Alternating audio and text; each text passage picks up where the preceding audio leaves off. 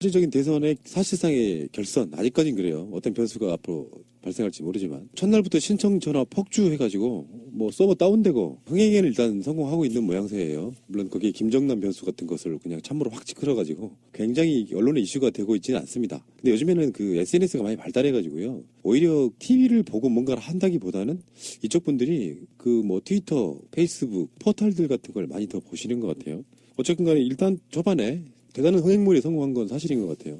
저도 전화를 2번이나 했는데 하지 못했습니다. 2번 가지고는 될 일이 아니야. 네, 나 그렇더라고요. 9번 해봤는데 안 되더라고요. 근데 이게 시간이 좀 지나면 편해질래나? 마지막 날쯤 가게 되면 이게 이렇게 그 서버를 준비 못하는 민주당 측에도 문제가 있는 거 아니에요? 처음에 어떤 이런 이벤트가 뜨면 초반에 폭주하는 건 당연한 거야. 그게 없다면 이상한 거고 그게 없다면 뒤에도 흐지부지할 가능성이 높아요. 그렇죠. 이게 이제 탄핵 인용이든 기각이든 탄핵 결과 발표하겠다고 하는 날 3일 전까지만 받겠다는 거거든요. 네. 그러니까 앞으로 넉넉할 시간은 충분한데 예를 들어서 서버 같은 걸요. 첫날 폭주하는 양으로 준비를 하면 돈이 일단 엄청나게 들어가. 그렇겠죠. 일단 첫날은 다운돼야 그게 이슈가 되고 그게 화제가 되는 거야. 전략적으로 무조건 서버를 안정적으로 깔 수는 없는 거야. 귀한 줄 알아라 이런 뜻인가? 아니 왜 옛날에 극장에서도요. 이제 첫날 개봉하는 첫날에 막 충무로에서부터 뭐 청계천까지 줄을 섰다라든가 뭐 이런 식이 돼주는 거잖아. 10,000원 사례 막 이래가지고 그 이제 처음에는 이제 개업발로 이렇게 받고. 근데 이제 날짜가 많이 남아가지고요. 그러니까 하겠다라는 의지가 있는 사람은 조금 한산해졌을 때 잊어버리지 말고 이제 하면 되는 거죠. 그래서 사람들은 이거를 주위 사람들한테 지금 많이 영업을 뛰러 다닌다 이런 얘기를 하면서도 괜히 지금 영업을 뛰면 안 되겠다. 이게 막, 알았어, 해줄게! 이러면서 했다가, 으이씨, 하루 종일 전화한테, 불통이야, 승질나, 이러고 말아버리니까 차라리 한 일주일 뒤쯤에 영업을 뛰어야 되겠다. 이런 분들도 많이 계세요. 그러니까 만약에 지금 김정남 사건이 아니었더라면 우리 현대사에서 가장 흥행, 정말 이거는 모범적인 사례가 된 거죠. 집권 가능한 정당이 완전히 100% 오픈 프라이머리 방식으로 했고 이렇게까지 한 거는 정말 우리 정당 역사에 없었어요. 서버가 다운될 만큼 엄청나게 지금 폭주가 한다는 것은 그렇게 시민사회단체가 주장했던 오픈 프라이머리 방식이 얼마나 파괴적이고 얼마나 정치권의 관심을 불러일으키는지는 이제 증명이 된 겁니다. 굉장히 좋은 방식이고요. 그 다음에 더불어민주당이 제가 볼 때는 최고의 인기몰이를 지금 하고 있다. 지금 뭐 당 지지율이 45%까지 올라가니까 역대 없었던 현상이에요. 그리고 지금 뭐 전화뿐만이 아니라요. 인터넷으로도 가능한데 지금은 이제 공인인증서가 공용 왜 이제 은행 같은 거 이거 할 때 보면은 인증서 종료 이렇게 나오잖아요. 공용 그건 좀 비싸고 은행 전용 이건 공짜잖아요. 근데 저도 은행 그 전용으로 갖고 있거든요. 그러니까 이런 분들이 많으실 텐데 이런 분들도 20일 이후에는 인터넷에서 은행용 공인 인증서 가지고서 본인 인증해가지고 이거를 참여할 수 있다고 하니까 전화 너무 붙잡고 승질 내지 말고 20일까지 기다렸다가 기다렸다가 이제 인터넷에서 신청을 하시고 지금은 ARS로 하시면 되는 것이고. 그 공용 인증서가 있으신 분들은 지금도 가능한 거죠 인터넷으로. 그러니까 3월 6일 정도까지 받는다는 거니까 아직도 시간은 충분하지만 아까도 말씀드린 것처럼 초반에는 서버 다운되고 전화 불통이 돼줘야 이게 흥행 성공의 상징 같은 거라 그거는 별 문제가 없다고 생각을 하고 그런 전략적으로 해줘야 된다니까. 예를 들어서 그 서버를 안정적으로 구축하기 위해서 1,000만 원짜리를 서버를 구축하는 것보다 100만 원짜리를 구축해서 화제가 되는 게 훨씬 전략적으로 나올 수도 있다 이런 얘기를 해보고 싶고요. 근데 이제 여기서 나오는 문제가 이제 역선택 이야기가 나옵니다. 이게 좀 심각하게. 그러니까 역선택의 부분은 두 가지가 있어요. 두 가지. 하나는 이재명, 안희정에 대한 역선택. 하나는 외부로부터의 역선택. 역선택의 개념은 일단 그 주체, 상수가 문재인을 놓고 하는 이야기입니다. 문재인 후보가 있는데 이왕 우리 쪽에 대통령이 안 될 거면 문재인보다는 그래도 보수 쪽에 이해력이 높으신 안희정을 찍게 해줄 것인가, 아니면 밑바닥 민심은 문재인보다는 훨씬 더 촛불 민심 지향적이라고 볼 수 있는 이재명이 될 것인가, 이런 거에 대한 생각을 했을 때는 굉장히 많은 분들이 우려하는 게 사실이고요. 지금 현재 권리당원이 한 20만 명쯤 되는데 20만 명쯤 되는 권리당원들이 이제 이 문제에 대해서 대체적으로 그 당시에 굉장히 많은 분들이 들어와서 문재인 지키자라고 들어오신 분들이 꽤 많은 게 현실적으로 사실이잖아요. 그렇다 보니까 진짜 민심 반영이 될 것이냐. 근데 여기 이제 논란이 이런 논란이에요. 200만에서 300만을 모집하게 되면 여론조사와 비슷하게 갈 것이라는 쪽과, 아무리 그래도 전 국민을 대상으로 하는 게 아니기 때문에 역선택이 어느 정도 영향을 받을 것이다 할 거 있는데 저는 역선택의 영향을 거의 받지 않을 거라고 보는 쪽이거든요. 만약에 박사모 쪽에서 지금 우리 역선택 해가지고 문재인 안 되게 한번 해보자라고 선동하는 글이 올라왔다고 해요. 그런 것들이 올라오고 그들 나름대로도 그런 논박이 있다고 합니다. 우리가 남의 당에 그 선거인단으로 들어가서 흥행시켜줄 이유 있냐 하지 마라. 의미 없다 그러는데 공개적으로 역선택하자고 하는 선동이 인터넷상이나 SNS에 일어나면 있잖아요. 다 소문나요. 그러면 그것 때문에 또 반발하는 사람들이 더 선거인단에 가입하게 되는 형태를 띠거든요. 정말 암암리에 우리나라 국민 중에 한 최소한 50만 명 정도가 자기들끼리 점조직으로 이루어진 소문내는 어떤 루트가 있지 않는 한 그게 다 밖으로 들통나고요. 그게 들통나면 또 반발을 불러일으켜서 민심 가까운 쪽으로 갈 것이다라고 저는 보는 거거든요. 근데 200만이라는 그 숫자를 모은다고 하는 이거 자체가 사실은 꿈 같은 얘기인데 이게 정말로 다 이루어져서 거대한 그 국민 경선이 이루어진다고 치면 이게 진짜 예선이 아니라 본선이나 다름없는 그런 결과라고 받아들여야 되는 거 아니겠어요? 일단 200만 자체가 모여진다는 자체에서 어떤 대선의 승리를 절반 정도는 뭐 믿어도 되는 게 아니냐. 나는 그런 어떤 국민들의 관심과 문재인 후보에 대한 현재 지지율이 30% 선이라고는 나오고 있지만 훨씬 그 이상이 아닌가 하는 생각도 하게 되는 부분이라는 거죠. 분석을 한번 해봅시다. 이건 다른 거하고 얘기 다르게 한번 얘기를 해봅시다. 200에서 300만을 지금 모집을 합니다. 그런데 문재인과 안희정의 지지율 차이가 12% 정도 납니다. 그런데 말이죠. 지금 어쨌든 새누리당 지지 세력들과 보수 세력들 그리고 국민의당에서는 전부 더불어민주당의 선거인단에 등록을 하자. 이게 이제 광범위하게 퍼져 있는 겁니다. 공개적으로. 자, 그런데 그러면 이제 이게 역선택이 아까 가능한 거냐? 저는 가능하다고 보는 거예요. 왜 그러냐면 안철수가 문재인과 싸웠을 때 본게임을 얘기하는 겁니다. 본게임을 얘기하는 건데 안철수와 문재인이 싸웠을 때 안철수가 유리한 건지 안희정과 안철수가 싸울 때 안철수가 유리한 건지 이재명과 안철수가 싸울 때 유명한 이미 포교탄이 돼 있어요. 나와요. 그러면 만약에 국민의당이 안희정을 본선에 올려놓고 안철수와 붙게 만들겠다. 그래서 보수 대집계를 하고 안희정을 떨어뜨리는데 훨씬 효과적이다라고 판단했을 수도 있다라는 겁니다. 제가 예를 들면 그러면 적어도 50만 정도가 들어와서 이게 새누리당과 협작을 하지 않아도 보수와 극우 세력들은 문재인은 절대 안 돼. 혹시 문재인이 되면 지금 광범위하게 퍼지고 있는 적화통일이 가능해. 또는 북한처럼 우리나라를 만들려고 한데 이게 이제 대형 교회 중심으로 이게 지금 광범위하게 퍼져 있는 얘기가 아닙니까? 제가 좀 이따도 얘기하겠지만 그래서 이걸 의도적으로 하든 지지자들, 극렬 지지자들이 이것을 암암리에 서로 알잖아요. 더 이상 문재인한테는 정권을 줄 수 없어. 라고 하는 사람들이 총집결을 해서 적어도 50만 이상을 등록을 해버린다면 이 문제는 정말 심각한 상황에 도래되는 겁니다. 그런데 그러면 왜 이 문제 역선택에 대한 문제들을 제도적으로 마련하지 않았느냐. 최초로 100% 오픈 포럼을 처음이에요. 그러니까 더불어민주당의 지도부들이 이거에 대한 고민이 깊지 않았다라는 겁니다. 만약에 깊었다면 제도가 마련될 수 있다라는 거예요. 그런 측면에서 지금 굉장히 위험한 상태에 저는 있다 이렇게 보는 겁니다.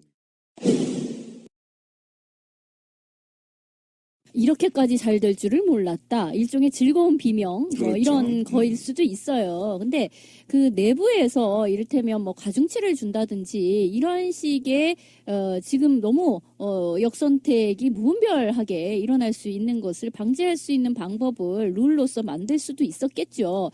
그런데 또 한 가지 그 방지책으로 지금 얘기가 되는 것은 국회에 지금 계류 중인데 이런 식으로 다른 당의 경선에 선거인단으로 참여한 사람은 딴 당에서 경선에는 참여하지 못하게끔 하는 그러니까 열라 남의 당에 그 경선 하는데 가가지고 막 했어. 그러고 났는데 법이 통과가 됐어. 그래가지고 나는 새누리당 새누리 1당 2당 뭐 이름이 뭘로 바뀌었든지 간에 거기에 가서 뭘 해야 되는데 못해. 이제 이렇게 될 수 있다는 거죠.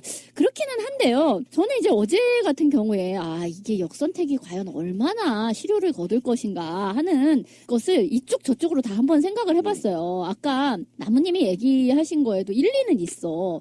지금 보면 극우 그런 사이트에 자 하러 가세 막 이런 게 이제 많이 돌아댕겨요. 거기에 근데 또 그런 식의 댓글 그래 봤댔자 결국 쟤네는 다 짜고 치는 고돌이기 때문에 문재인이 되는 거는 확실해. 괜히 우리가 가서 안주빨 세워주는 것도 아니고 괜히 흥행에만 도움이 되고 자 봐라 흥행이 얼마 됐습니다라고 하면은 우리 괜히 약 올라 죽고 우리 더 대세론에 기눌리고 이러니까 좋지 않아 들러리 서지 마 이렇게 하는 식으로 역선택 운동을 제대로 합시다라는 것을 얘기하기가 굉장히 어렵고 그렇게 소문이 나버리면은 무엇이요 역선택을 방지하기 위해 나는 열하게 10배 20배 노력을 해야 되겠네 내가 왜 이 노력을 해야 되지 아유 씨 막 이래 가면서 발바닥에 땀나게 이쪽에선 또 뛰어다녀야 하기 때문에 결국은 처음에 얘기한 뭐 소금이 좀 더 들어오면 물을 더 많이 타는 수밖에 없다라고 이야기한 결국 그렇게 될 가능성이 높아요.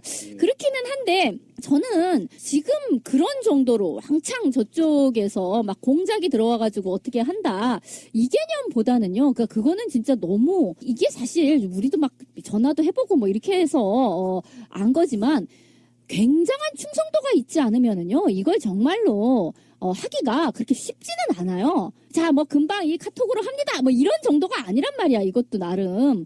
물론 날짜가 이제 좀 더 지나면 알겠지만도 이게 생각만큼 의지를 가지고 내가 굉장한 충성도를 가지고 여기에 참여를 해야지 하지 않으면 그냥 잊어버리거나 유야무야 될 그런 가능성이 굉장히 높아요. 바로 그것 때문에 역선택이 가능하다는 겁니다. 왜 그러냐면 충성도가 높은 사람이 여기에 참여할 수밖에 없는 것이고 그렇죠. 안철수나 다른 한교안의 충성도가 높은 사람들이 오히려 여기에 등록할 수 있는 의지가 강하다는 거예요. 왜 그러냐면 결선 투표가이기 때문에 세 사람이 과반이 못 넘으면 다시 1등과 2등이 다시 또 투표를 한단 말입니다. 여기에 위험성이 있다라는 아니, 것인데. 그러면 까놓고 얘기해서 그 사람들이 역선택으로 안희정을 찍을 사람들이 많다는 거잖아요. 지금 지침이 내려오고 있다라는 안희정을 겁니다. 찍어라. 예, 떠돌고 다니는 것이. 근데 그렇게 했어요. 그래서 만약에 이제 지금은 표 차이가 많이 난다라고 생각했지만 과반을 못 넘게 돼서 안희정과 문재인이 결선 투표로 다시 올라오게 돼서 그 다음에 결국 안희정이 또 되게끔 한다는 거잖아요. 그 외부 세력에 의해 가지고. 당연히 그렇죠. 그러면 안희정이 나왔어 이쪽에서. 그러면 자신들은 내가 우리 당 입장에서는 현재 후보를 내기도 굉장히 어렵고 이렇기 때문에 결국 우리는 안희정을 다 받아들이세라는 쪽으로 간다는 거예요. 아니지. 그러면. 그건 제3의 인물이 아직 안 나왔기 때문에 본선에서 지더라도 가장 싸우기 쉬운 상대와 싸우겠다는 것이고. 안희정이 싸우기가 쉽다. 그렇죠. 그리고 이후에 더불어민주당의 후보와 타당의 후보 간의 격차, 표차가 이후에 전국을 완전히 헤게모니를 장악할 수 있기 때문에 그러니까 대세론을 무너지는 거기 때문에 최소한 이 차이를 좁히려고 하겠을 거라고. 그래야 다음에 재기가 가능하니까. 만약에 이때 7대3으로나 벌어져 버리거나 뭐 6대4로 벌어져 버리면 보수는 거의 이제 소멸 상태로 가야 된다고 봐야 되거든요. 그러니까 대세론을 없애기 위해서 자기들이 대권을 못 잡는다 하더라도 이 표차를 줄임으로 인해서 재기를 노리는 과정이 있거든요. 그런데 제가 도저히 이해를 할 수 없는 게 보수에 있는 애들은 움직이면 다 돈이잖아요. 근데 지금에 있는 지지율 차만 본다면 200만 명 모아지면요 100대 50대 50 정도 될 거예요. 만일 지금 있는 지지율대로 한다고 치면 전체적인 지지율 비율 숫자가 배니까 그 정도 되는 거 아니에요. 그러면 역선택을 하기 위해서 누군가 들어가서 영향을 주려 그러면 최소한 50만 명은 쏟아 부어야 돼. 제가 그랬잖아요. 50만 그러면 명 이상. 50만 명을 쏟아 부어가지고 그 애들이 인력 동원을 한다 그러면 못해도 내 생각에 두당 10만 원은 줘야 될 것 같거든. 그만한 돈을 지불해가지고 민주당 경선에 처발릴 만큼 전애들이 그런 돈지랄을 할까? 그 사람들도 충성도가 있잖아요. 그러니까 제 생각에는요. 결선으로 인식될 만큼 흥행몰이를 하고 있기 때문에 200만 모인다 300만 모인다 얘기가 나오고 있잖아요. 국민의당이나 기타 바른정당 같은 데 막 이런 완전 국민 경선하면 몇 명이나 모일까요? 제가 봤을 때 20, 30만도 모이기 힘들어요. 그렇죠. 그들의 게임은 2, 30만 모이기 힘들다라고 하는 것은 정반대로 그쪽에 있는 사람들이 다른 당에 들어와서 그만큼 모이기는 더 어렵다는 뜻인데. 그러니까 공작 세력을 50만을 모으기가 힘들다. 그리고요, 두 번째 문제는 하나가 더 있어요. 그래서 지금 여론조사들이 나오고 있는 게 있는데, 양자 대결을 한번 봅시다. 최근에 리얼미터가 조사한 거예요. 문재인하고 안철수가 붙었을 때 50대 33이고요. 문재인과 황교안이 붙으면 60대 29예요. 근데 이게 3자 대결로 한번 가봐요. 문재인이 3자 대결 붙었을 때 48, 황교안 26, 안철수 19.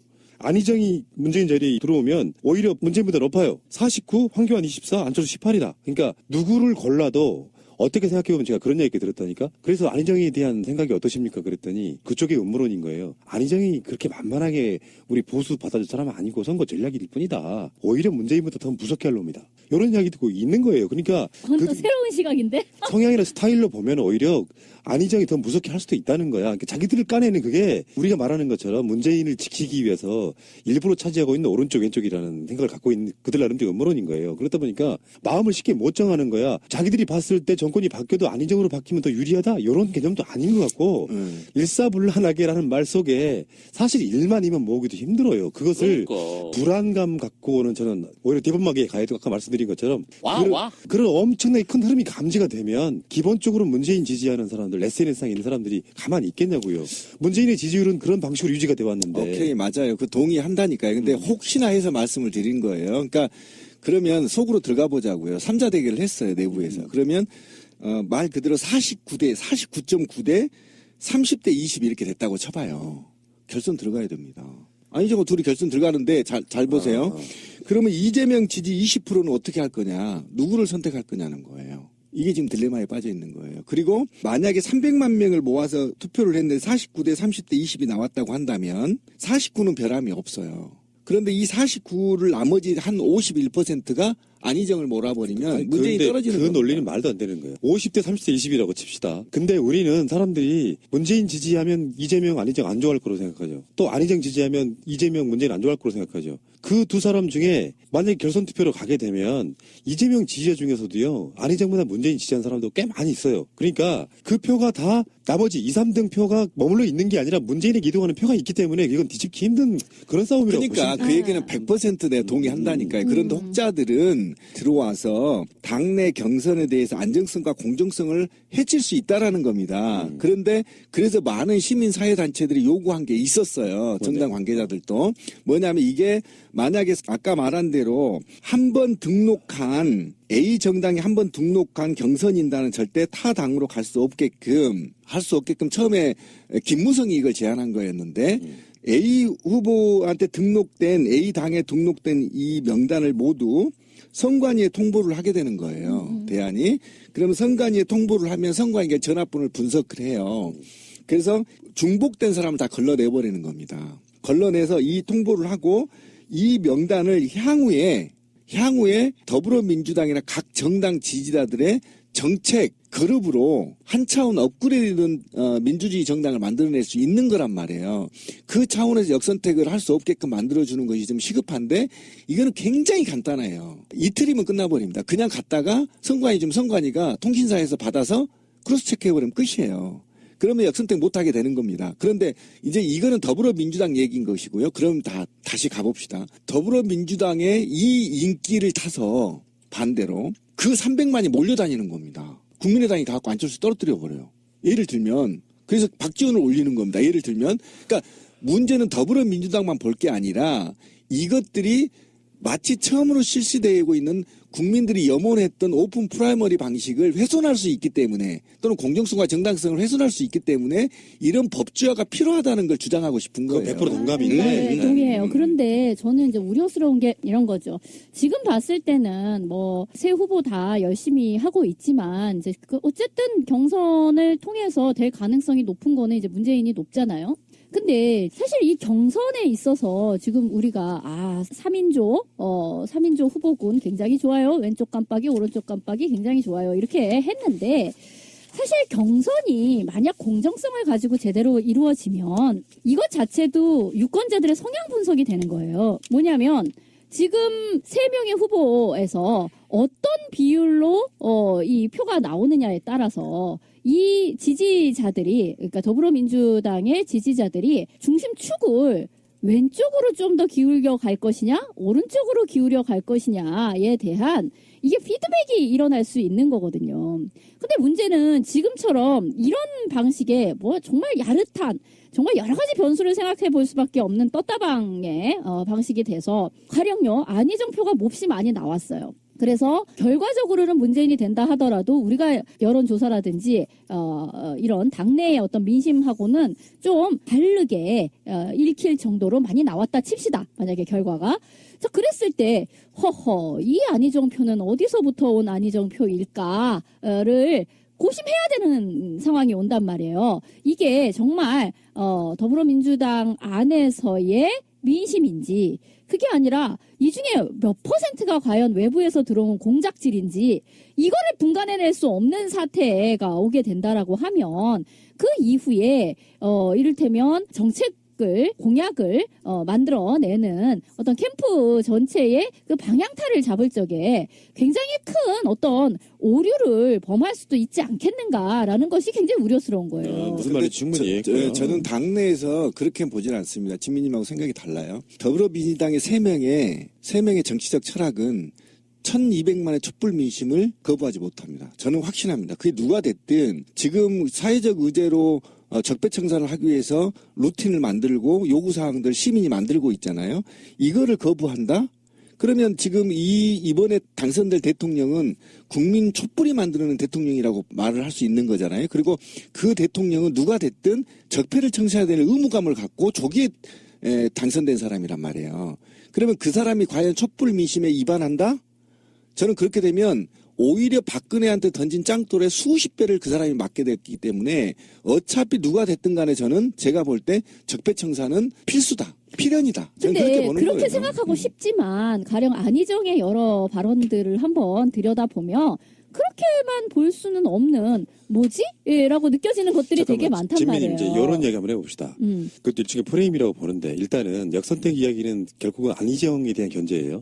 알고 보면. 그렇죠. 안희정과 문재인을 다 친노라고 본다면 일종의 이제 친노 갈라치기, 친노의 분화라고도 볼 수 있는데 그러면 상대적으로 이렇게 비교를 해보니까 문재인이 홀라 보이죠.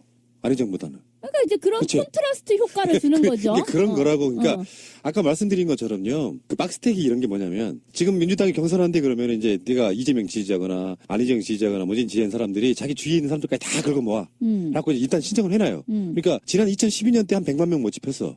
그중에 투표율이 한 70% 돼요. 그러니까 나머지 30만 명은 아예 안에 관심도 없는 거야. 등록만 시켜놓는 거예요. 그런 방식으로 가는데 제가 봤을 때는 역선택 국민의당 지지자건 새누리당 지지자건 맥시멈 많이 모아야 1, 2만밖에 못 모읍니다. 투표까지 이어지는 사람들은 많이 모아야 1, 2만이야. 그 역선택이 너무 이게 논쟁이 돼버리는 순간에 뭐가 되냐면은 완벽하게 친노가 불화되는 사태를 일단 겪는다고 보는 것이거든요.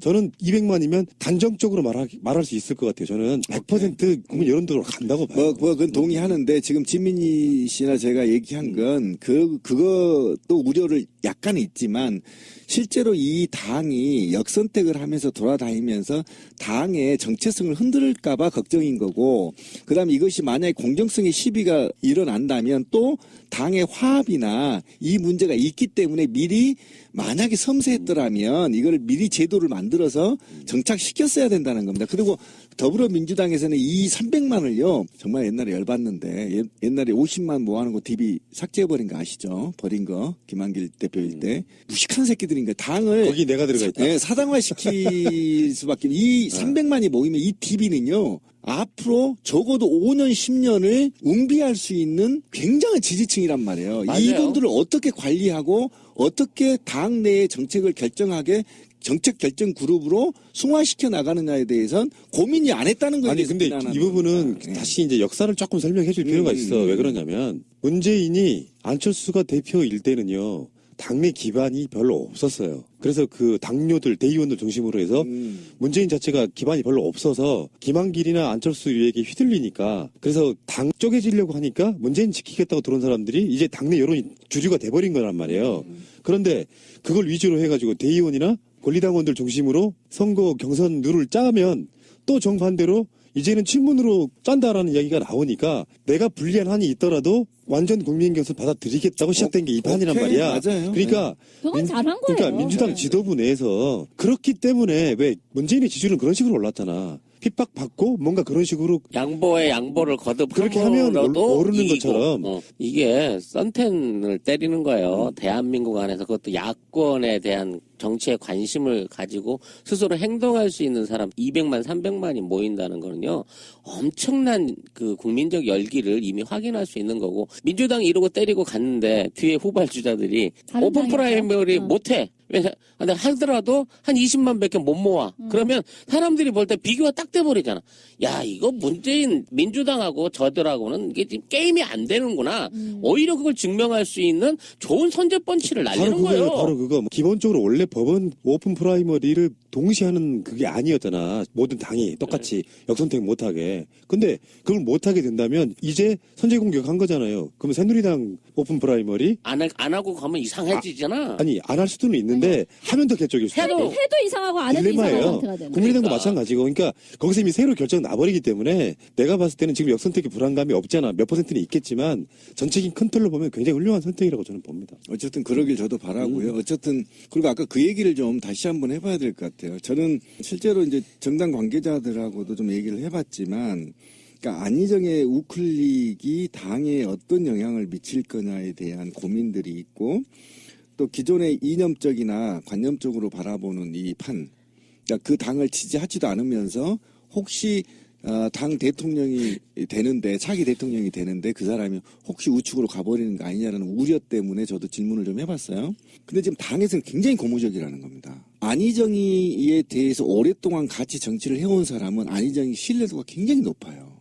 그러니까 어떤 면에서요? 이 정책에 대해서 외연 확장용이지 실제 자기 철학과는 좀 다를 수 있다라고 얘기하는 부분이 있어서 지금 제가 볼 땐 이게 환상의 트리플인 거예요. 우측에서는 15%를 땡겨왔다고 보는 겁니다. 우측에서는 놀고 있는 또는 아직 부동층을 15%를 더불어민주당으로 끌어왔다고 보는 거고, 그다음에 정의당 이하의 진보 세력들을 한 5%를 이재명이 끌어왔다는 겁니다. 그래서 한 20%를 더불어민주당이 품어버렸다는 거예요. 좌우에서. 이렇게 돼서 지금 더불어민주당 흥행하게 돼 있는 거여서 어쨌든 이거는 작전 측면에서 봤다고 한다면 안희정은 차기에 엄청난 당에 공헌을 할 수 있는 적자가 돼버릴 가능성이 있을 만큼의 높은 평가를 받고 있다는 거예요. 그거 있잖아요.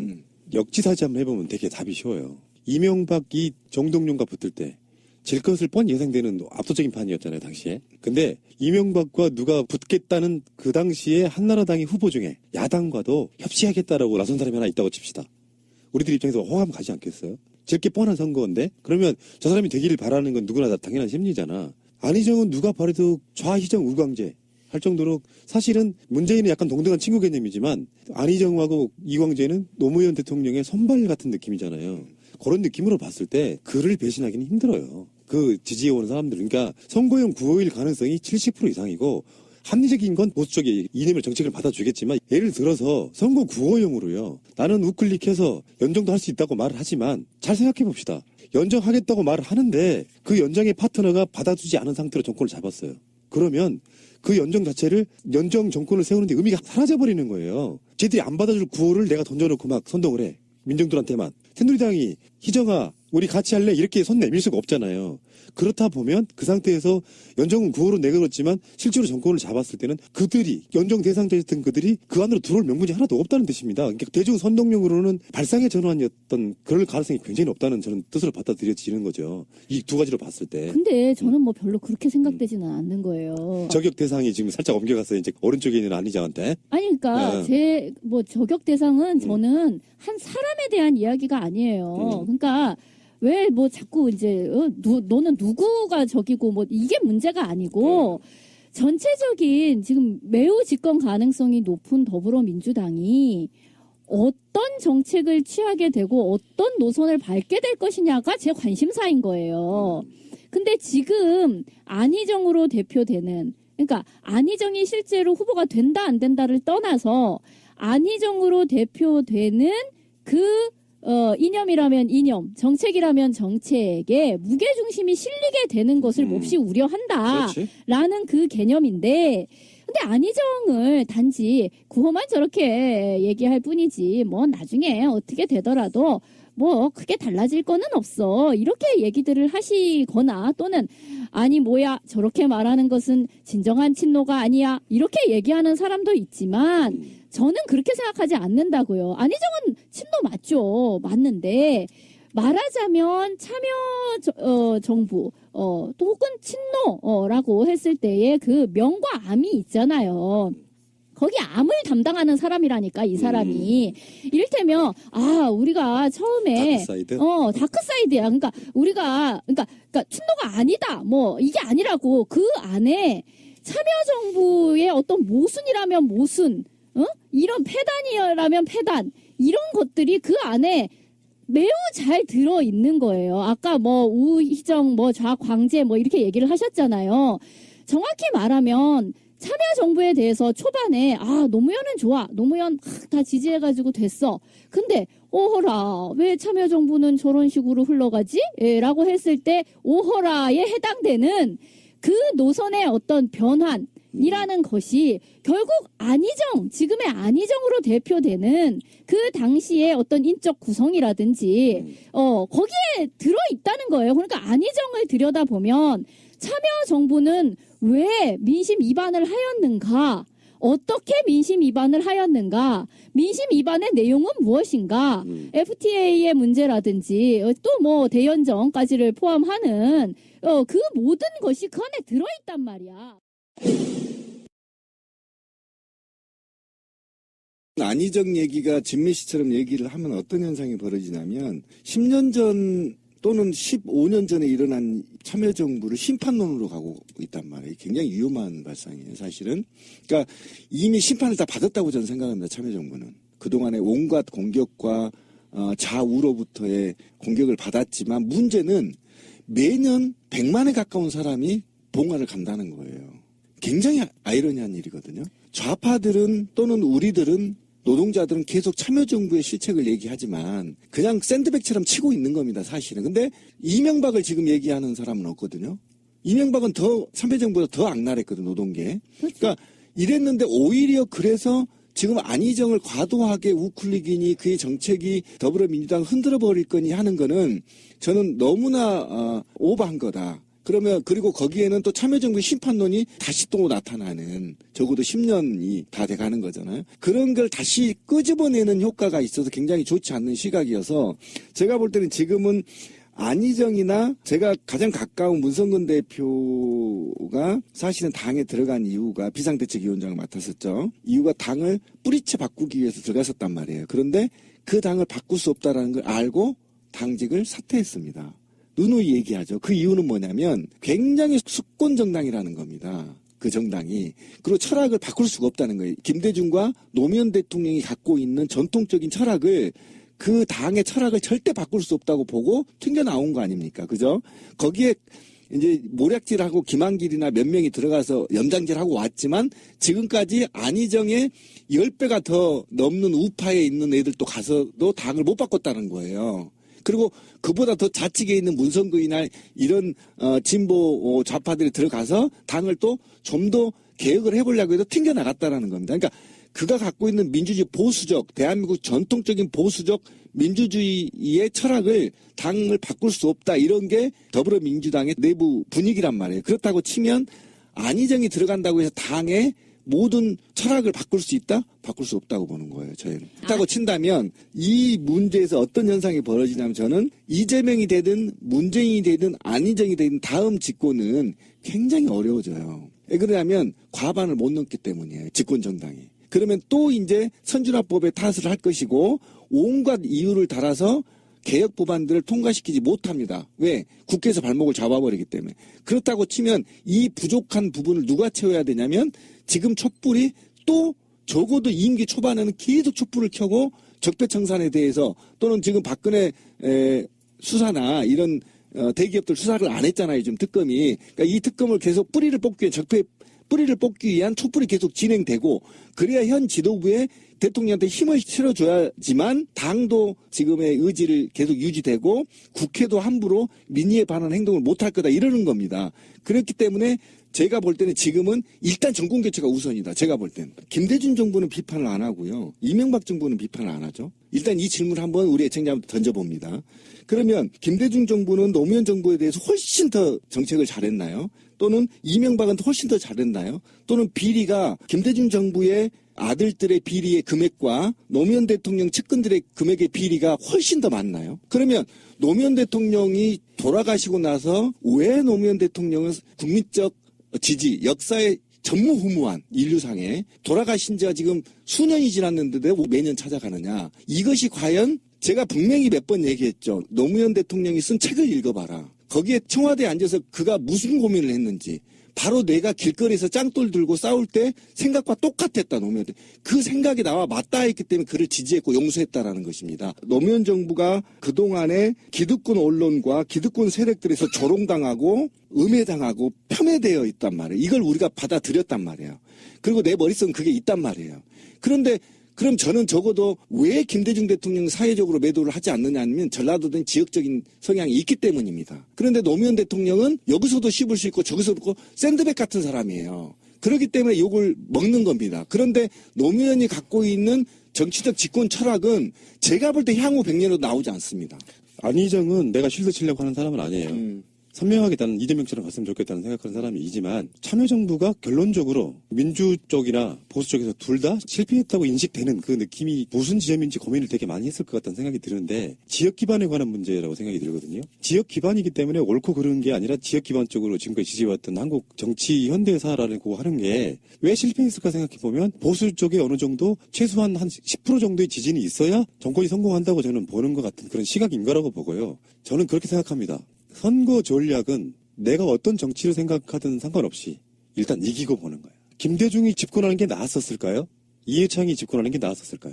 노무현이 집권하는 게 나았었을까요? 이해창이 집권하는 게 나았었을까요? 훨씬 좋은 지점이 우리한테 저는 와 있다고 보는 것이고요. 대통령 됐을 때 할 수 있는 요구사항도 되게 많다고 저는 보기 때문에 일단 우리 방송은 좀 힘을 좀 실어줬으면 좋겠다 이런 생각이 들고 안희정도 마찬가지로 어쨌건 간에 정치 전략이든 뭐 어떤 선거에 있어서의 공학적인 전략이든 간에 안희정은 그 포지션만으로도 굉장히 묘한 지점이 있고 아까 말씀드린 것처럼 안철수의 포지션을 완전히 잡아먹어버리는 심지어 황교안이나 반기문도 잡아먹어버리는 그런 효과가 분명히 있어서 대세론으로 가는 데는 아주 훌륭한 안희정의 상수가 될지 변수가 될지 모르지만 아직까지는 그렇다고 보는 것이고 그렇죠. 요거를 이제 보수 쪽이나 이런 쪽에서는 뭐 안희정 밀자 하지 마 아까 여론조사 보셨지만 안희정이 오히려 문재인보다 많이 나오는 상태가 되기도 하고요. 맞아요. 반대로 또 문재인 지지하시는 입장에서 보면은 지금까지는 안희정이 우리 편인 것 같았는데 지금 김종인이 그런 모양새거든요. 김종인이 김무성 만나고 정유화 만나가지고 아직도 이 사람은 삼지대를 꿈꿔요. 그 조기숙 교수 말씀처럼 예를 들면 왕타 현상이 왜 문재인한테만 집중되는 건지 모르겠다. 결국에는 친노가 나중에 감정적으로 분화될 수도 있고 그런 측면이 있어서 우리는 그냥 그들이 어떤 속내를 갖고 있든 간에 일단 선거 이기는 게 목적이지만 그렇다고 해서 황진미님 같은 비판도 저는 게을리하면 안 된다고 생각해요. 원천적으로는 할 말 있고 안 할 말 있지 어떻게 새누리당하고도 연정한다고 하냐 이런 비판 당연히 해줘야죠. 그 안희정의 던지는 키가 보수 측을 뒤흔들어 놔요. 예를 들면 하나 예를 들어볼게요. 굉장히 포지션이 좋다고 보는 게 뭐냐면 만약에 이것이 안희정의 주장들이 당의 정체성을 흔들 만큼 위험성이 있다면 당에서 경고가 들어갔겠죠. 근데 당에서는 오히려 씩 웃고 있는 겁니다. 뭐냐면 김종인이 나가려고 하니까 안희정이 잡아버리는 거잖아요. 나가지 마라. 여기 다 있어. 너 있어. 내가 더 파트너십 해줄게. 이건요. 굉장히 높은 정치적 수예요. 그 다음에 만약에 지금 이 상태에서 안희정이 없으면요. 저는 이렇게 생각해 봐요. 종북몰이를 하기가 더 쉬워요. 저쪽에서. 근데 안희정이 우클릭을 하고 사드를 받아버린다고 하고 하니까 어떤 현상이 벌어진 줄 아세요? 저쪽에서 이쪽을 종북당으로 못 몰아요 지금. 아니야 안희정도 있는데 이렇게 되는 겁니다. 더더욱이 저는 이거는 제가 최초 주장하는 건데요. 오히려 안희정의 우클릭이 이재명한테도 도움이 되는 겁니다.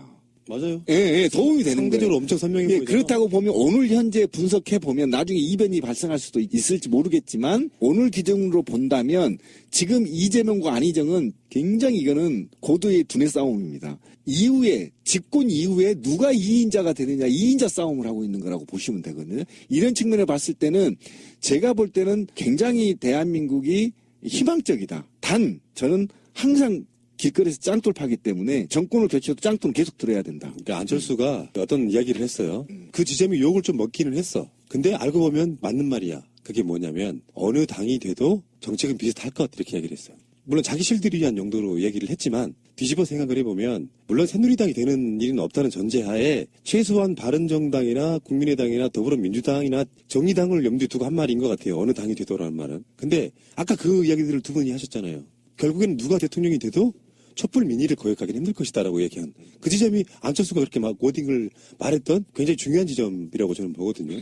그래서 물론 지민이 말이 맞지. 뭐가 들려. 예초에 걸어놓고 행동하고 말해왔던 것들이 정책에 반영되는 건 맞지만요. 단순하게 우클릭하는 것이 지금 현재 비판받을 지점이 더 많은 거냐.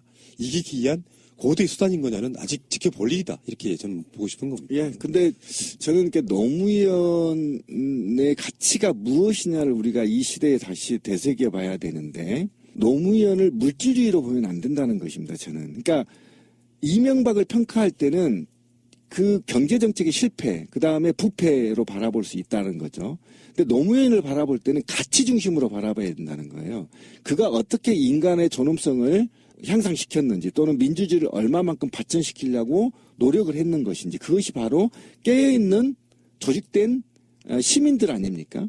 그러니까 이 시민들만이 이 나라의 개혁의 주체가 돼야 된다고 주장하는 것이지 안철수 같은 예를 들면 박근혜 같은 이명박 같은 자들이 제왕적 리더십을 갖고 나라를 개혁하거나 또는 혁신할 수가 없다라고 얘기하는 그 정신이 굉장히 중요한 거여서 바로 우리 시민이 곧 주인이다라는 걸 각인시켰던 것 그것이 바로 노무현의 철학인 것이라는 거죠. 그것 때문에 우리가 지금까지 그를 좋아했던 거죠. 근데 뭐가 됐든 안희정이 되는 경우에는요. 적폐청산은 안 할 것 같아. 왜냐면 최근에 한 말 중에 그런 것도 있어요. 아니 박근혜 정부에 대해서 뭔 청산을 하냐고 지금 다 위태위태해서 저러고 버티고 있는 것만으로도 기적인데 뭐 청산할 게 뭐 있냐 이게 다 자멸해 가는데 이렇게 얘기를 하는데 그건 뭐냐면 우리가 보통 적폐청산이라고 얘기할 때는 박근혜와 그 몇몇의 사람들 청와대에 지금 잔존해 있는 몇몇의 사람들을 얘기하고 있는 게 아니잖아요. 어떤 시스템적인 문제를 얘기하는 거고 기원으로 따지고 들어가면 뭐 일제 강점기에서부터 시작돼 있는 공고한 기득권층이 형성 과정 거기까지가 이제 들어가 주는 이야기인데 그런 거 저런 거 다 필요 없고 지금 남아 있는 몇 명의 스스로 소멸되어가는 박근혜 그 몇 명의 잔당 그건 다 알아서 그 정리되는 것이기 때문에 나는 뭐 더 거기에 대해서 청산할 게 없다 이렇게까지 얘기를 했으니까요. 그러니까 결국 안희정 또는 안희정으로 대표되는 더불어민주당 내의 어떤 오른쪽 파트에 있는 사람들의 생각이 그냥 이렇게 우리가 대충 생각하는 나랑 대략 비슷하려니라고 그렇게 낙관할 그런 문제는 아닌 것 같다는 거예요. 그런 얘기도 한번 해볼까요? 우리가 촛불 집회를 사실상 피 안 흘리고 나름대로 명예혁명 같은 걸 성공시키고 있어요. 무섭습니다. 그러니까 우리들 같이 이제 적폐의 덩어리인 한국을 알면 정말로 짱돌 들고 분연히 일어나서 청와대 점령해버리는 꿈을 꾸었을지도 몰라. 그게 이제 기본적인 우리 같은 사람들의 생각이었을지 몰라요. 근데 막상 정권을 잡게 되면 결국 법에 의해서 운영을 해야 되거든요. 그 법에 의해서 운영하려면 국회가 또 다수당이 돼야 돼요. 다수당이 돼도 힘들어요. 그러니까 우리가 옛날에 그런 이야기 한 적 있잖아. 새누리당이 국회 선진화법 못 쓰겠다고 이야기하면 좋아. 정권 바뀌면 니들 어떡하려고 그런 얘기도 했던 기억이 나요. 그러니까 법안의 테두리에서 하려고 그러면 현실적으로 지금까지 운동해왔던 사람들은 새누리당은 다 없어져야 돼. 아예 막 해체시켜버리고 새누리당 출신이 바른정당 애들까지 다 없애야 돼. 라고 생각하지만 현실로 법적으로 존재하는 의미 있는 그들이라고 하면 개혁을 할 때 새누리당 누였던 전체를 없애느냐 핵심 친박을 없애느냐 하는 것들이 타겟팅이 될 수가 저는 있다고 저는 보는 것이고 그런 측면에서 봤을 때 이 정권 교체기에 주자들별로 공약을 내걸고 예를 들면 이재명 같은 경우는 대통령이 되면 한상균을 노동부 장관에 임명하겠다 이렇게까지 얘기해 준단 말이에요. 실제로 한상균이 그 청문회를 거쳐서 노동부 장관 되는 것이 이재명의 의지로 되는 건 사실 아닙니다. 그렇겠죠. 그렇게 워딩 걸어주면서 나는 그 정도로 선명하게 하겠다지만 현실의 벽에 엄청나게 부딪힐 거예요. 국회의 문제도 있는 것이고 사실상 지금 생각해보면 국회 선진화법이 또 좋은 점이 있네. 여당이 다수당이 아니라도 어차피 다수당이어도 못하는 부분이 있단 말이에요. 다수당이어도 국회의장이 여기다가 직권선정해갖고 막 밀어붙일 수 있나? 아니라고 저는 보면은 여론의 흐름을 가져가는 거야. 그러니까 정치인들의 흐름을 받는다기보다 촛불도 여론의 흐름 때문에 지금 이렇게 된 거잖아요. 그렇죠. 그러니까 정권이 되면은 소수당이라고 해도 이거 바꿔야 되라고 하는 아까 말씀하신 촛불 집회 정권 바뀌어도 해야 된다는 게 그런 거잖아요. 적폐 청산하라고 계속 외치고 있을 때 당연히 그렇죠. 바른정당 애들이 박근혜 탄핵에 분연히 일어선 것처럼 그 사람들이 그런 여론의 흐름을 받아가지고 국회에서 국회의장의 직권상정으로 이루어지는 것들이잖아요. 그렇죠. 그게 여론의 힘이만 가능한 거야. 그러면 대통령이 지지를 받고 하려면 보수층도 어느 정도 껴안아야 되는 건 사실이에요. 지금 생각해보면 그래. 그러니까 우리가 노무현 대통령 정권 잡아서 뭐 했냐 하지만 소수로서는 할 수 있는 게 한계였다고 계속 이야기하잖아요. 의지와 뜻은 있었지만 그러니까 도저히 안 되겠으니까 새누리당 당신들도 한번 같이 한번 해보자. 그래서 할 수 있는 거라도 같이 한번 해보자 했는데 결국은 다 나가리 되고 이쪽에서는 한나라당하고 손잡느냐고 또 욕 먹고 해서 그 지점 때문에 저는 실패했다고 보는 것 맞다고 생각해요. 근데 네. 그 부분에 대해서 저와 이제 시각 차이가 있었던 건 뭐냐면, 그러니까 제왕적 세 사람 중에 이재명이 대통령이 되면 국정은 그냥 막 관계자를 모가지 잘라버리고 부정선거 한 애들 다 정리해버리고 그렇게 될 것 같죠. 안희정이 되면 우측으로 확 가가지고 막 새누리당하고 연정하고 그렇게 될 것 같죠. 안 됩니다. 지금 시스템은요, 70년 동안 적폐를 쌓아오는 시스템이에요. 그리고 지금 우리가 더불어민주당이 집권을 해도요, 여전히 노무현 대통령 때 그 적들은 더불어민주당을 지지 않습니다. 그 자본, 썩은 자본들, 그 다음에 언론들, 그 다음에 그들이 지금까지 이 나라를 운영해왔던 각종 라인들, 그 다음에 부패, 친일, 독재 2, 3세대들이 더불어민주당 무릎을 꿇는다고요? 그래서 그들이 갖고 있는 이 유물적 자산의 80%를 갖고 있는 걸 내놓는다고요? 절대 내놓지 않습니다. 권력은 빼앗는 겁니다. 그러면 대통령을 바꿔놨으면요, 어떻게 해야 되냐면요, 다수당도 안 됩니다. 지금 집권 여당이, 더불어민주당이. 아니면 다수당을 확보할 수도 있어요, 영입해서. 그러나 지금 상태는 안 된단 말이죠. 그러면 그 갭을 메꾸는 부분은 바로 광장의 힘이란 말이에요. 광장의 시민의 힘이란 말이에요. 그 시민의 힘이 직결될 때 바로 세상을 개혁할 수 있다라고 말한 게 노무현이란 말이에요. 그런 측면에서 우리는 적어도 제가 주장한 바는 노동계도 그럴 겁니다. 이제 사실은 노동계가 박근혜 이명박 정부 때 지지부진했다는 것을 더불어민주당이 집권하면 더 세게 집회할 겁니다. 그동안에 사실은 다 망쳐놓은 노동계약법들을 되돌리기 위해서 노동계가 더 빡시게 붙을 거예요. 그러면 이 중에서도 사실은 갈등이 내포되어 있단 말이에요. 현 정부하고. 분명히 있단 말이에요. 이런 것들을 전부 하나 말아서 우리가 개혁하고 촛불 민심을 이룩하기 위해서는 저는 적어도 지금부터 주장합니다. 정권 개출하고 1년 동안 내내 촛불 켜야 된다. 그 지점 맞는 것 같아. 네. 지금은 현재는요, 정권 한 1, 2년 차에는 국회가 할 것 같진 않아요. 그럼요. 어차피 더 합의를 봐야 되고, 지금 정세균 국회의장이 직권상정을 할 수 있는 것들이 굉장히 많이 국회에 지금 올라가 있지 않습니까?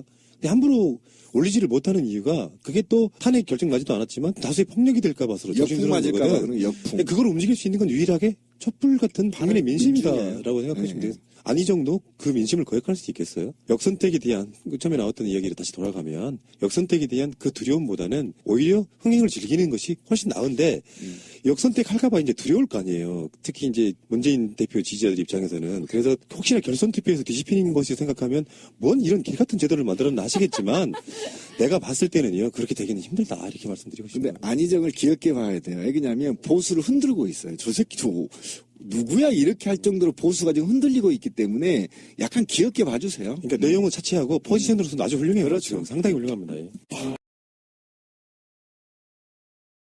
더 무섭게 할 수도 있다는 거야. 그러니까 자기들을 까내는 그게 우리가 말하는 것처럼 문재인을 지키기 위해서 일부러 차지하고 있는 오른쪽 왼쪽이라는 생각을 갖고 있는 그들 나름대로 음모론인 거예요. 그렇다 보니까 마음을 쉽게 못 정하는 거야. 자기들이 봤을 때 정권이 바뀌어도 안희정으로 바뀌면 더 유리하다 이런 개념도 아닌 것 같고 일사불란하게라는 말 속에 사실 일만이면 모으기도 힘들어요. 그것을 그러니까. 불안감 갖고는 저는 오히려 대범하게 가야 되고 아까 말씀드린 것처럼 와. 그런 엄청나게 큰 흐름이 감지가 되면 기본적으로 문재인 지지하는 사람들 SNS상에 있는 사람들이 가만히 있겠냐고요. 문재인의 지지율은 그런 방식으로 유지가 돼 왔는데. 오케이, 맞아요. 그 동의한다니까요. 근데 혹시나 해서 말씀을 드린 거예요. 그러니까 그러면 속으로 들어가 보자고요. 3자 대결을 했어요, 내부에서. 그러면 말 그대로 49.9대 30대 20 이렇게 됐다고 쳐봐요. 결선 들어가야 됩니다. 아니죠. 둘이 결선 들어가는데 잘 보세요. 그러면 이재명 지지 20%는 어떻게 할 거냐. 누구를 선택할 거냐는 거예요. 이게 지금 딜레마에 빠져 있는 거예요. 그리고 만약에 300만 명을 모아서 투표를 했는데 49대 30대 20이 나왔다고 한다면 49는 변함이 없어요.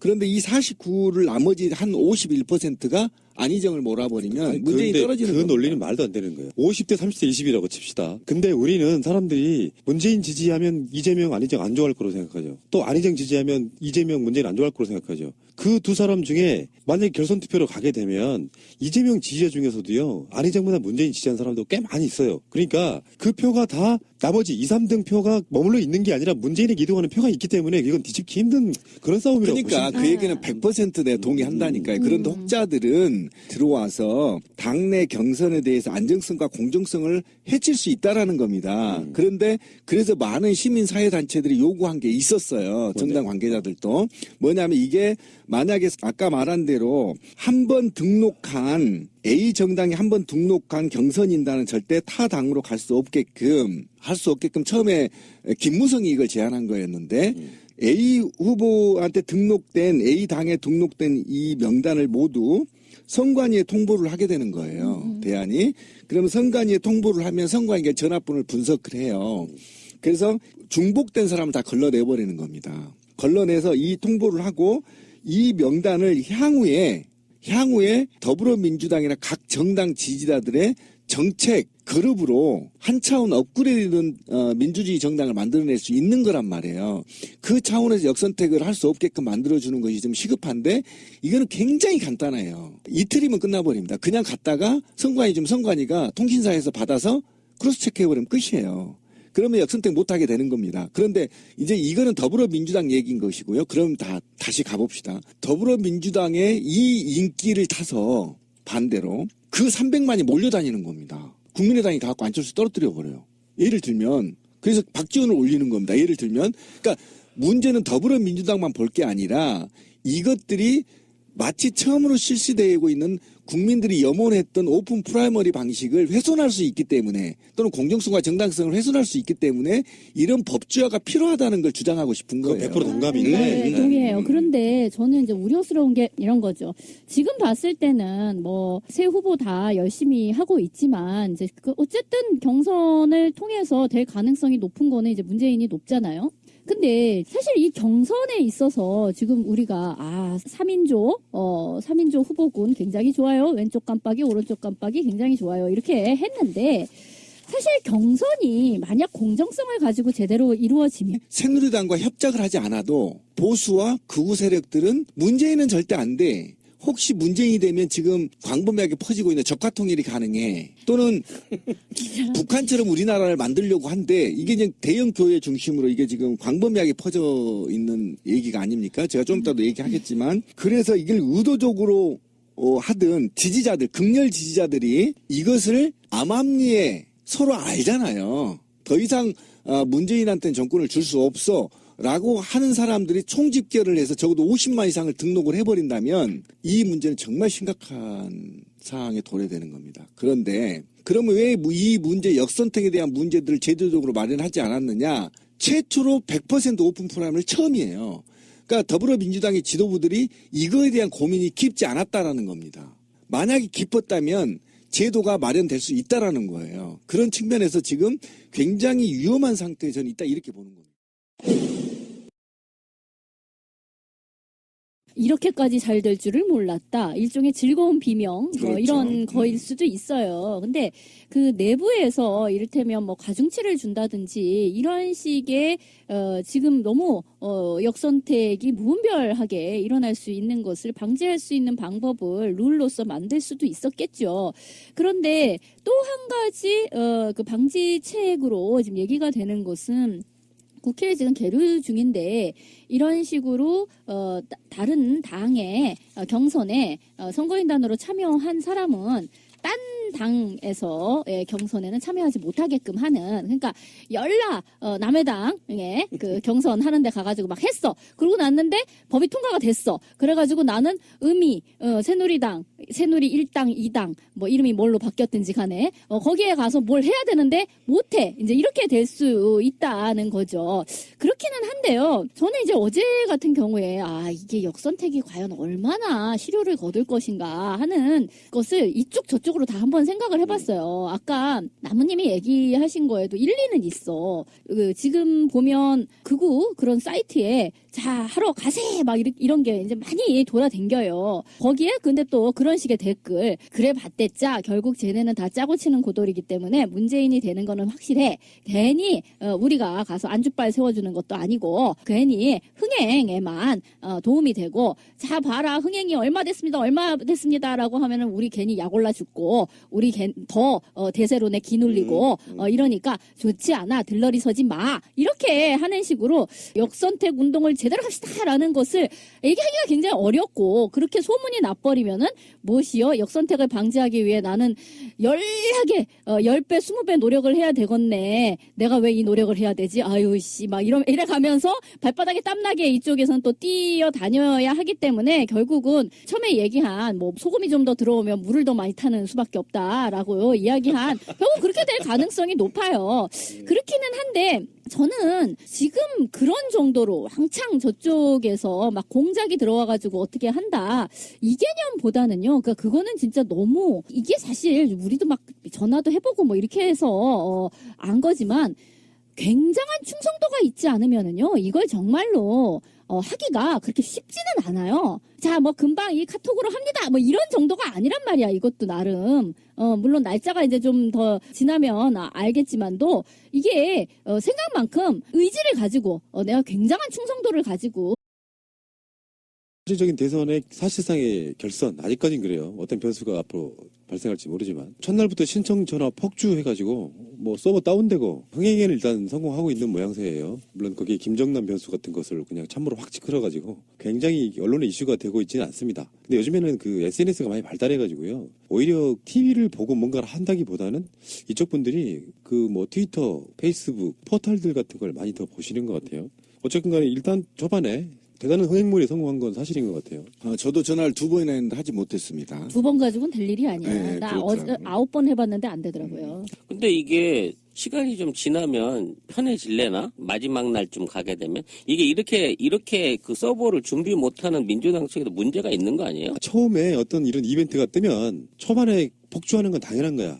그게 없다면 이상한 거고 그게 없다면 뒤에도 흐지부지할 가능성이 높아요. 그렇죠. 이게 이제 탄핵 인용이든 기각이든 탄핵 결과 발표하겠다고 하는 날 3일 전까지만 받겠다는 거거든요. 네. 그러니까 앞으로 넉넉할 시간은 충분한데 예를 들어서 서버 같은 걸요. 첫날 폭주하는 양으로 준비를 하면 돈이 일단 엄청나게 들어가. 그렇겠죠. 일단 첫날은 다운돼야 그게 이슈가 되고 그게 화제가 되는 거야.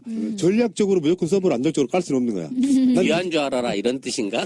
아니 왜 옛날에 극장에서도요 이제 첫날 개봉하는 첫날에 막 충무로에서부터 뭐 청계천까지 줄을 섰다라든가 뭐 이런 식이 돼주는 거잖아 10,000원 사례 막 이래가지고 그 이제 처음에는 이제 개업발로 이렇게 받고 근데 이제 날짜가 많이 남아가지고요.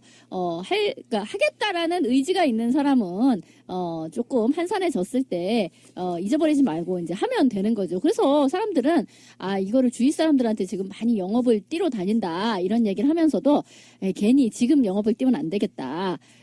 이게 막 알았어 해줄게 이러면서 했다가 으이씨 하루 종일 전화한테 불통이야 승질나 이러고 말아버리니까 차라리 한 일주일 뒤쯤에 영업을 뛰어야 되겠다 이런 분들도 많이 계세요. 그러니까 만약에 지금 김정남 사건이 아니었더라면 우리 현대사에서 가장 흥행 정말 이거는 모범적인 사례가 된 거죠. 집권 가능한 정당이 완전히 100% 오픈 프라이머리 방식으로 했고 이렇게까지 한 거는 정말 우리 정당 역사에 없었어요. 서버가 다운될 만큼 엄청나게 지금 폭주가 한다는 것은 그렇게 시민사회단체가 주장했던 오픈 프라이머리 방식이 얼마나 파괴적이고 얼마나 정치권의 관심을 불러일으키는지는 이제 증명이 된 겁니다. 굉장히 좋은 방식이고요. 그 다음에 더불어민주당이 제가 볼 때는 최고의 인기몰이를 지금 하고 있다. 지금 뭐 당 지지율이 45%까지 올라가니까 역대 없었던 현상이에요. 그리고 지금 뭐 전화뿐만이 아니라요 인터넷으로도 가능한데 지금은 이제 공인인증서가 공용 왜 이제 은행 같은 거 네. 이거 할 때 보면은 인증서 종료 이렇게 나오잖아요. 공용 그건 좀 비싸고 은행 전용 이건 공짜잖아요. 근데 저도 은행 그 전용으로 갖고 있거든요. 그러니까 이런 분들이 많으실 텐데 이런 분들도 20일 이후에는 인터넷에서 은행용 공인 인증서 가지고서 본인 인증해가지고 이거를 참여할 수 있다고 하니까 전화 너무 붙잡고 승질 내지 말고 20일까지 기다렸다가 예. 기다렸다가 이제 인터넷에서 신청을 하시고 지금은 ARS로 하시면 되는 것이고. 그 공용 인증서가 있으신 분들은 지금도 가능한 거죠, 인터넷으로. 그러니까 3월 6일 정도까지 받는다는 거니까 아직도 시간은 충분하지만 아까도 말씀드린 것처럼 초반에는 서버 다운되고 전화 불통이 돼줘야 이게 흥행 성공의 상징 같은 거라 그거는 별 문제가 없다고 생각을 하고 그런 전략적으로 해줘야 된다니까. 예를 들어서 그 서버를 안정적으로 구축하기 위해서 1,000만 원짜리를 서버를 구축하는 것보다 100만 원짜리를 구축해서 화제가 되는 게 훨씬 전략적으로 나올 수도 있다 이런 얘기를 해보고 싶고요. 근데 이제 여기서 나오는 문제가 이제 역선택 이야기가 나옵니다. 이게 좀 심각하게. 그러니까 역선택의 부분은 두 가지가 있어요. 두 가지. 하나는 이재명, 안희정에 대한 역선택. 하나는 외부로부터의 역선택. 역선택의 개념은 일단 그 주체, 상수가 문재인을 놓고 하는 이야기입니다. 문재인 후보가 있는데 이왕 우리 쪽에 대통령이 안 될 거면 문재인보다는 그래도 보수 쪽에 이해력이 높으신 안희정을 찍게 해줄 것인가? 아니면 밑바닥 민심은 문재인보다는 훨씬 더 촛불 민심 지향적이라고 볼 수 있는 이재명이 될 것인가? 이런 거에 대한 생각을 했을 때는 굉장히 많은 분들이 우려하는 게 사실이고요. 지금 현재 권리당원이 한 20만 명쯤 되는데 20만 명쯤 되는 권리당원들이 이제 이 문제에 대해서 대체적으로 그 당시에 굉장히 많은 분들이 들어와서 문재인 지키자라고 들어오신 분들이 꽤 많은 게 현실적으로 사실이잖아요. 그렇다 보니까 진짜 민심 반영이 될 것이냐. 근데 여기 이제 논란이 이런 논란이에요. 200만에서 300만을 모집하게 되면 여론조사가 비슷하게 갈 것이라는 쪽과 아무리 그래도 전 국민을 대상으로 하는 게 아니기 때문에 역선택이 어느 정도 영향을 받을 것이다 할 거 있는데 저는 역선택의 영향을 거의 받지 않을 거라고 보는 쪽이거든요. 만약에 박사모 쪽에서 지금 우리 역선택 해가지고 문재인 안 되게 한번 해보자라고 선동하는 글이 올라왔다고 해요. 그런 것들이 올라오고 그들 나름대로도 그런 논박이 있다고 합니다. 우리가 남의 당에 그 선거인단으로 들어가서 흥행시켜줄 이유 있냐 하지 마라. 의미 없다 그러는데 공개적으로 역선택하자고 하는 선동이 인터넷상이나 SNS에 일어나면 있잖아요. 다 소문나요. 그러면 그것 때문에 또 반발하는 사람들이 더 선거인단에 가입하게 되는 형태를 띠거든요. 정말 암암리에 우리나라 국민 중에 한 최소한 50만 명 정도가 자기들끼리 점조직으로 이루어진 소문내는 어떤 루트가 있지 않는 한 그게 다 밖으로 들통나고요. 그게 들통나면 또 반발을 불러일으켜서 민심 가까운 쪽으로 갈 것이다라고 저는 보는 거거든요. 근데 200만이라는 그 숫자를 모은다고 하는 이거 자체가 사실은 꿈 같은 얘기인데 이게 정말로 다 이루어져서 거대한 그 국민 경선이 이루어진다고 치면 이게 진짜 예선이 아니라 본선이나 다름없는 그런 결과라고 받아들여야 되는 거 아니겠어요? 일단 200만 자체가 모여진다는 자체에서 어떤 대선의 승리를 절반 정도는 뭐 믿어도 되는 게 아니냐. 나는 그런 어떤 국민들의 관심과 문재인 후보에 대한 현재 지지율이 30% 선이라고는 나오고 있지만 훨씬 그 이상이 아닌가 하는 생각도 하게 되는 부분이라는 거죠. 분석을 한번 해봅시다. 이건 다른 거하고 얘기 다르게 한번 얘기를 해봅시다. 200에서 300만을 지금 모집을 합니다. 그런데 문재인과 안희정의 지지율 차이가 12% 정도 납니다. 그런데 말이죠. 지금 어쨌든 새누리당 지지 세력들과 보수 세력들 그리고 국민의당에서는 전부 더불어민주당의 선거인단에 등록을 하자. 이게 이제 광범위하게 퍼져 있는 겁니다. 공개적으로. 자, 그런데 그러면 이제 이게 역선택이 아까 가능한 거냐? 저는 가능하다고 보는 거예요. 왜 그러냐면 안철수가 문재인과 싸웠을 때 본게임을 얘기하는 겁니다. 본게임을 얘기하는 건데 안철수와 문재인이 싸웠을 안철수가 유리한 건지 안희정과 안철수가 싸울 때 안철수가 유리한 건지 이재명과 안철수가 싸울 때 유명한 이미 포교탄이 돼 있어요. 나와요. 그러면 만약에 국민의당이 안희정을 본선에 올려놓고 안철수와 붙게 만들겠다. 그래서 보수 대집결을 하고 안희정을 떨어뜨리는데 훨씬 효과적이다라고 판단했을 수도 있다라는 겁니다. 제가 예를 들면 그러면 적어도 50만 정도가 들어와서 이게 여기에 참여를 해야지 하지 않으면 그냥 잊어버리거나 유야무야 될 그런 가능성이 굉장히 높아요. 바로 그것 때문에 역선택이 가능하다는 겁니다. 왜 그러냐면 충성도가 높은 사람이 여기에 참여할 수밖에 없는 것이고 그렇죠. 안철수나 다른 한교안의 충성도가 높은 사람들이 오히려 여기에 등록할 수 있는 의지가 강하다는 거예요. 왜 그러냐면 결선 투표가 있기 때문에 세 사람이 과반이 못 넘으면 다시 1등과 2등이 다시 또 투표를 한단 말입니다.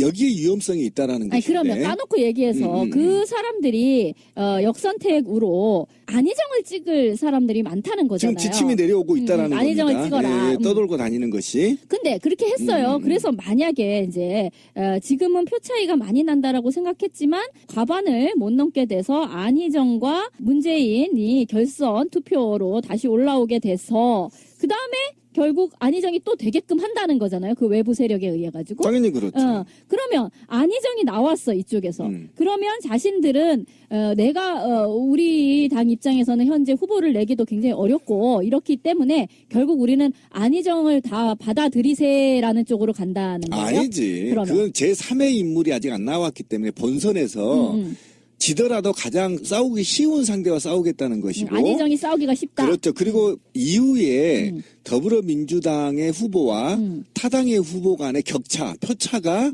이후에 전국을 완전히 헤게모니를 장악할 수 있기 때문에 그러니까 대세로는 무너지는 거기 때문에 최소한 이 차이를 좁히려고 하겠을 거라고. 그래야 다음에 재기가 가능하니까. 만약에 이때 7대3으로나 벌어져 버리거나 뭐 6대4로 벌어져 버리면 보수는 거의 이제 소멸 상태로 가야 된다고 봐야 되거든요. 그러니까 대세론을 없애기 위해서 자기들이 대권을 못 잡는다 하더라도 이 표차를 줄임으로 인해서 재기를 노리는 과정이 있거든요. 그런데 제가 도저히 이해를 할 수 없는 게 보수에 있는 애들은 움직이면 다 돈이잖아요. 근데 지금에 있는 지지율 차만 본다면 200만 명 모아지면요 100대 50대 50 정도 될 거예요. 만일 지금 있는 지지율대로 한다고 치면 전체적인 지지율 비율 숫자가 배니까 그 정도 되는 거 아니에요. 그러면 역선택을 하기 위해서 누군가 들어가서 영향을 주려 그러면 최소한 50만 명은 쏟아 부어야 돼. 제가 그랬잖아요. 50만 그러면 명 이상. 50만 명을 쏟아 부어가지고 그 애들이 인력 동원을 한다 그러면 못해도 내 생각에 두당 10만 원은 줘야 될 것 같거든. 그만한 돈을 지불해가지고 민주당 경선에 처발릴 만큼 전애들이 그런 돈지랄을 할까? 그 사람들도 충성도가 있잖아요. 그러니까 제 생각에는요. 결선으로 인식될 만큼 흥행몰이를 하고 있기 때문에 200만 모인다 300만 모인다 얘기가 나오고 있잖아요. 국민의당이나 기타 바른정당 같은 때 막 이런 완전 국민 경선하면 몇 명이나 모일까요? 제가 봤을 때 2, 30만도 모이기 힘들어요. 그렇죠.